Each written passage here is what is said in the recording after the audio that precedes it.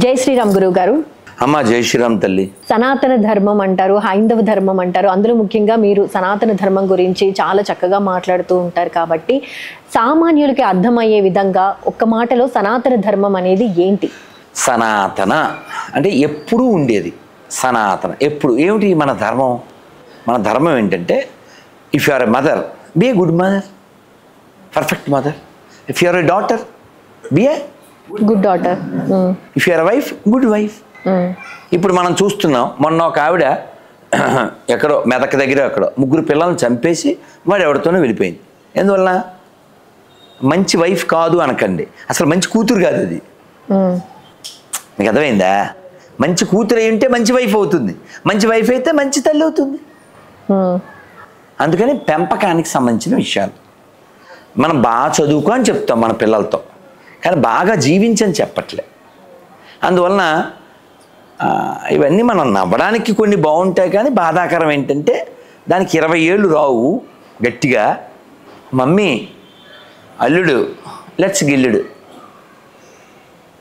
వాడు ఎవడో, వాడి క్యారెక్టర్ ఏంటో, మా వాడు అలాంటోడు కాదు. అమ్మ నాన్న అసలు మొన్న అయితే చాలా బాధగా ఉంటుంది సార్. తమిళనాడులో తండ్రి ఆ పిల్ల కాళ్ళ మీద పడుతున్నాడు, కూతురు కాళ్ళ మీద, అమ్మ వదిలిపోవద్దమ్మా, వాడు ఎవరినో చేసుకుని వెళ్ళిపోతుంది. మీకు తెలుసు ఒక అమ్మాయి అమ్మా నాన్న వాళ్ళ సుఖం కోసం కలిస్తే మేము పుట్టామని చెప్పింది. కారణం ఏంటి? కూర్చోబెట్టకపోవడం. ఇప్పుడు నీ కూతురు నువ్వు కూర్చోబెట్టి ఎక్స్ప్లెయిన్ చేయకపోతే ఇంకోటి ఎవడో కూర్చోబెట్టి ఎక్స్ప్లెయిన్ చేస్తాడు. సూట్ కేసు తెలుసా? సూట్ కేసులో మనం ఏం పెట్టుకుంటాం? బట్టలు. వాడేం పెడతాడు? మన కూతురుని పెడతాడు. మన కూతురుని అలా వచ్చింది తెలుసా? బోల్డ్ సూట్ కేసులు వచ్చినాయి. Mahalakshmi in fridge. ఫ్రిడ్జ్లో మహాలక్ష్మి ఎలా ఉంటుంది?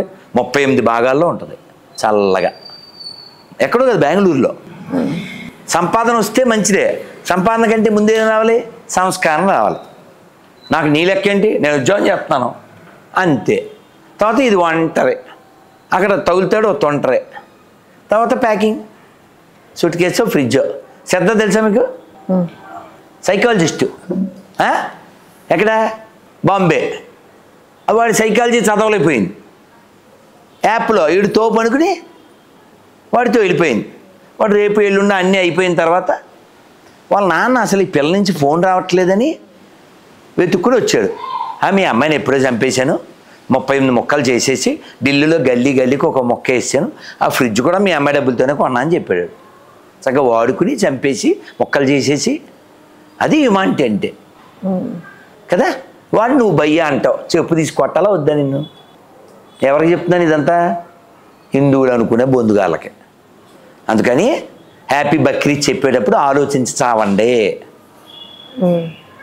ఆవుకి రోటీ పెట్టేవాడు భూమికి అవసరం, ఆవుని రోటీలో పెట్టుకు తినేవాడు కాదు. బాగా అర్థమైందిగా? బాగా అర్థమైందిగా? మా నాన్నగారు వాళ్ళ నాన్న కోసం, అంటే తాతగారి సంవత్సరానికి అప్పుడు ఆవు ఆంబోతు అచ్చుపోయాడు అంటారు తెలుసా? మీకు తెలుసా? వృషత్సరోజ్జనం అంటారు దాని సంస్కృతంలో. అయితే ఈ ఆవుకి ఎద్దుకి అచ్చు వేస్తారు, వెనకాల ముద్ర వేస్తారు. అలా వేస్తే అది ఊళ్ళో తిరుగుతూ ఈ గో సంతతిని పెంచుతూ ఉంటుంది. అది పుణ్యం. వాళ్ళ నాన్న ఉత్తమ లోకాలకు వెళ్ళాలి, ఆ పుణ్యం అది మా నాన్నగారు చేశారు. అది వస్తే మేము పిల్లలం, అది రైమని వస్తుంది కదా. ఎద్దంటే ఎలా ఉంటుంది? అమ్మోతు రైమని వస్తుంది. ఆవులాగా అది సాఫ్ట్గా ఉండదుగా. మేము పెద్దని భయపడేవాళ్ళం, ఏం కాదురా ఏమందదు అని. మా నాన్నగారు మాతో అరటిపళ్ళు అవి పెట్టి చాలా భయవారు. అది రంకెలేసేదాన్ని కూడా సాఫ్ట్గా డీల్ చేశారు.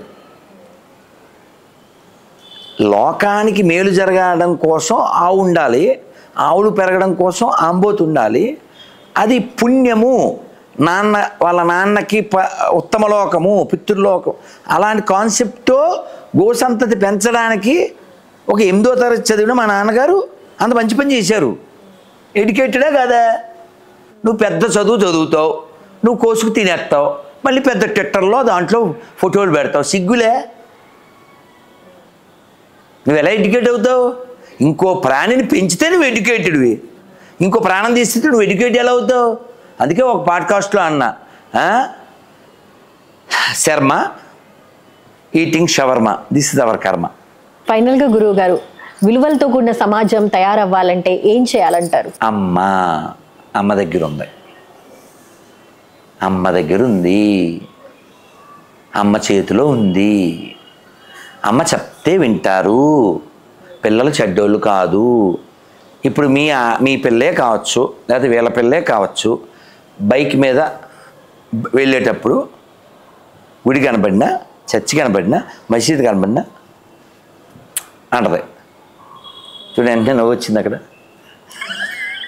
ఇది మన సంస్కృతి కాదమ్మా అనే విషయాన్ని నేను మీ పిల్లల్నే సపోర్ట్ చేస్తా. అది మంచి పిల్లది, అది బంగారు తల్లి. అది ఎందుకని? మసీదులో కూడా చర్చిలో కూడా దేవుడు ఉన్నాడనే విశాల భావం కలిగింది మన ఆడపిల్ల, బంగారు తల్లి.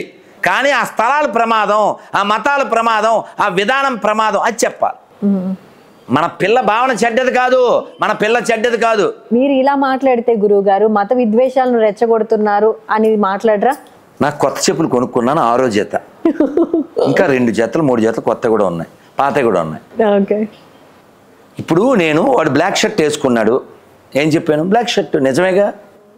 అలాగే ఈ రాష్ట్రానికి సీఎం ఎవరు ఇప్పుడు? రేవంత్ రెడ్డి. నువ్వు ఇంకా పాతకాలంలో ఉంటే మేమేం చేయలేం కదా. ఫర్ ఎగ్జాంపుల్ వీడికి ఎన్టీఆర్ ఇష్టం, అందుకని ఆంధ్రప్రదేశ్ రాష్ట్ర ముఖ్యమంత్రి అంటే ఎలా? ఒకప్పుడు కదా.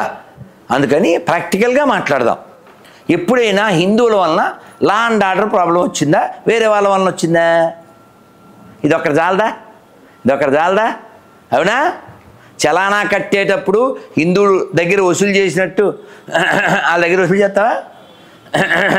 పాత బస్తీకి వెళ్ళి నువ్వు కరెంట్ బిల్లు వసూలు చేస్తావా? కాబట్టి మారాల్సింది ఎవరు? నేను కొత్త చెప్పులు కొనకుండా ఉండేలా ఆపేవాళ్ళు. థ్యాంక్ యూ, ధన్యవాదాలు స్వామీజీ గారు.